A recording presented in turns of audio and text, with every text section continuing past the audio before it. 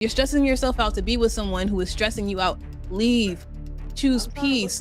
There's other people out here. You can find someone else. I promise. That's not the way life works, young lady. Though. And yourself that's out the for problem no reason. with today's generation. It's not a problem. You heard it. You know how crazy it is to tell men to do like all these sacrifices for a woman that is mad about having to give up shit to fall under his protection and provision.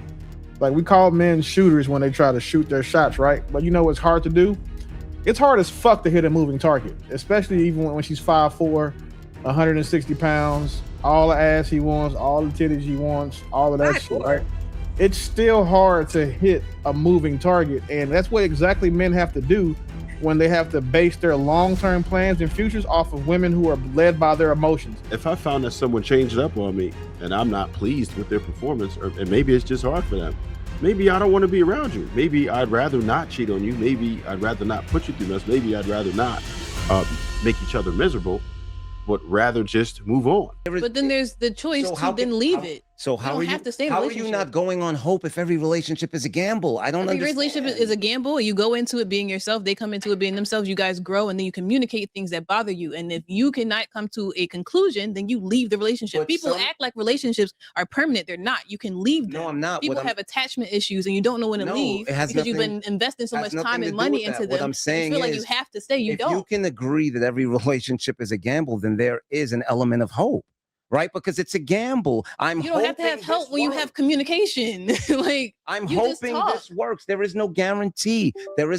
Look, everybody that walks into a casino, there is an element of hope. I'm not anything that isn't a guarantee. There is an element of hope. So you cannot say I'm not hoping anything if you're in a situation that isn't a guarantee. Nothing's a guarantee, but you don't also have to. I think you're missing the point. You don't have to stay when things don't go. When did I say you had to stay? Because people act like when you get into a relationship because it's a gamble and they change, that now you have to change with them and sacrifice parts of yourself that you are not comfortable with.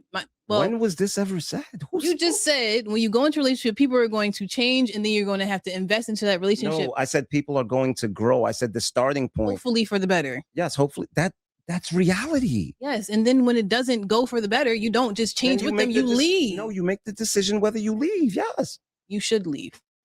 Simple as that. Yes. Listen. I cold-blooded. I can't. once again, I can only. Right now, I'm speaking for everyone as a whole, right? I'm not even do that. Yes, though. I can speak for myself and say I would leave, right? Mm-hmm. But once again, if I'm speaking as a whole, I can say some people leave, some people don't. And I'm saying just because you can't, that's not the case. Exactly, they don't and they should.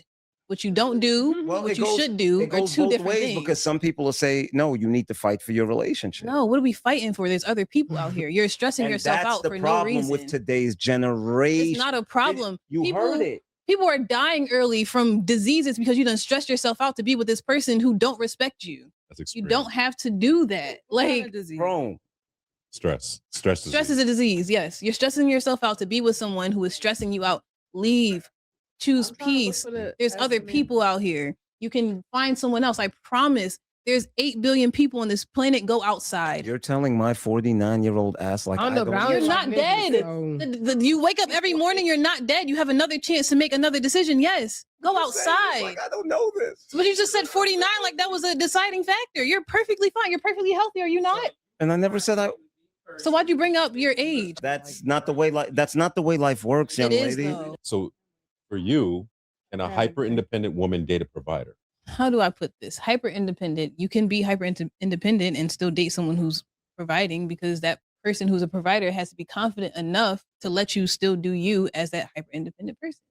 And that hyper independent, like, it goes back to sacrificing, I guess, just a little bit. You don't necessarily don't do it, Rome. You don't necessarily have to stop being hyper independent. You just have to allow someone to provide for you. And that person doesn't have to try to stop you from being hyper independent. You just have to provide and still do you and be confident enough in yourself to not try to overstep her boundaries. He said he thought that was the problem. You guys agree with him as far as people just exiting whenever they can't get their way? Yeah, that's definitely the habit of people. The only one that it's really bad on is the woman. Most of the things that she's saying, all I hear is high body count and recreational use only. I was just gonna say that I totally agree with that, and I think we was talking about this the last time.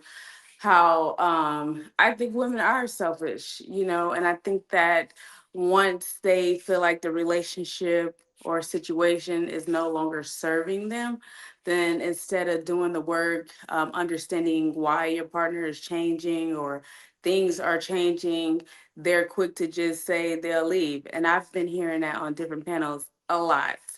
And I didn't know women really felt like that, but obviously, they do. But yeah, I think that's the problem with relationships. It's too easy to just leave instead of actually sticking through and trying to work things out and get a better understanding of what's going on. Do you think that there's a good enough reason for women to leave sometimes?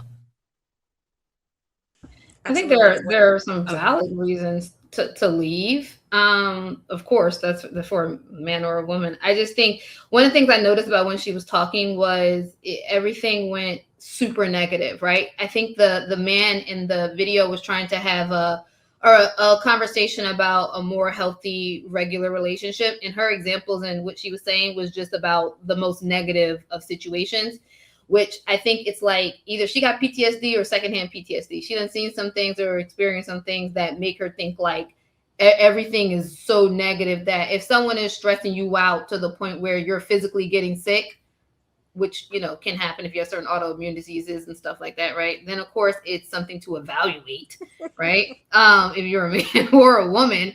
But like, but that wasn't, we're saying like, oh, y'all going through a difficult spot. Like we see a lot of celebrities couples like Kev on stage and them talk about, oh, we went through a rough spot. We weren't seeing eye to eye. We had opposing opinions. Certain things weren't aligning. Our schedules are this and that. We were arguing over the kids, finances, whatever. Those type of things that, yeah, you should be working out with your partner. It's not detrimental to your life.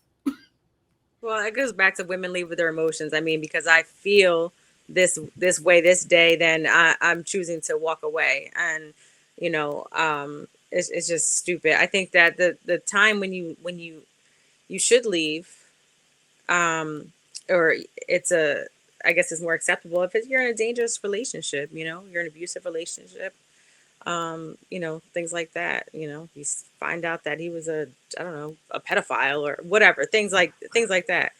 Those are like valid reasons why I would say leave a relationship. You know what I mean? But I just think it goes back to like, you love a person. It's a choice every day to maintain that relationship. Like you're choosing this person. So with that, you love your children, right? But you don't always like them. They drive you nuts sometimes. You get upset. You might get super angry. You might beat their asses or things like that, but it doesn't mean that you're going to walk away from them. Some people do, well, whatever, but I'm just saying, it doesn't mean you walk away from them. So it's a choice. You're choosing to love this person and share life with them. You know how crazy it is to tell men to do like all these sacrifices for a woman that is mad about having to give up shit to fall under his protection and provision. Like we call men shooters when they try to shoot their shots, right? But what's hard to do? It's hard as fuck to hit a moving target, especially even when she's 5'4", 160 pounds, all the ass he wants, all the titties he wants, all of that shit, right? It's still hard to hit a moving target. And that's what exactly men have to do when they have to base their long-term plans and futures off of women who are led by their emotions. Because who she is today is not who she's going to be a year from now, 2 years from now, 10 years from now. Like that's like building a house on a bed of quicksand or gravel. Like it's not easy for men to do that. And the men who can do it, the guys you see in long-term relationships, those niggas are good at hitting moving targets because we have to adjust to our women. We have to adjust to their wives. Like they have to adjust constantly while the woman, she's not the only thing that seems to adjust in y'all for the most part are your emotions and your ability to regulate them. So we can't sit when, Melanin said, get your passport. that does work. But I think that's a short-term solution because at the same time, those women overseas are also still women. And while they may have different cultures that, make them better wives on the front end because of their values and the stuff that, that men tend to seek in women, we can't say that, they're absolved from, things like when they get older. Like one of the things women go through is menopause. That's a very, very, very, very, very, very, very hard thing for almost all women to deal with. I mean, unless she's trans, and then I don't know what I think they just call it blue balls. Either way, like the stuff that there is no long-term permanent solution for men when it comes to trying to build and actually do all of these things for a woman that doesn't come with significantly more risk than it does for a woman. A woman got to give up going out with her friends and drinking on the weekends.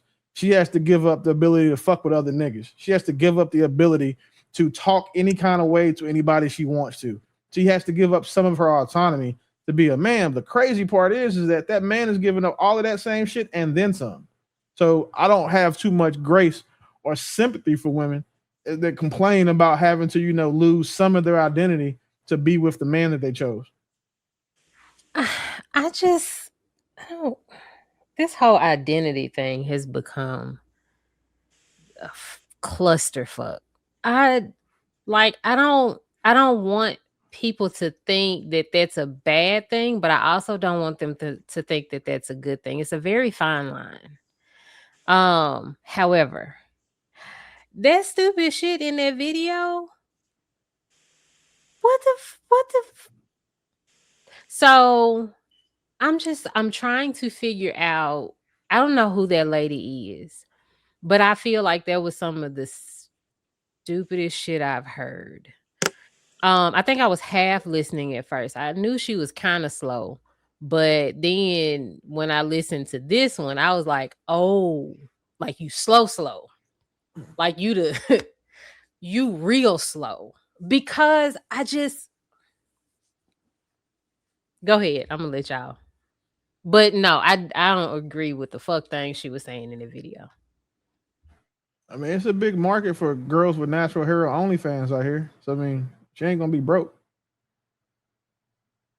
But black community, don't go on OnlyFans. We have better things to spend our money on. Education. These kids. If a nigga has an OnlyFans account, he's the worst type of stupid because porn is free.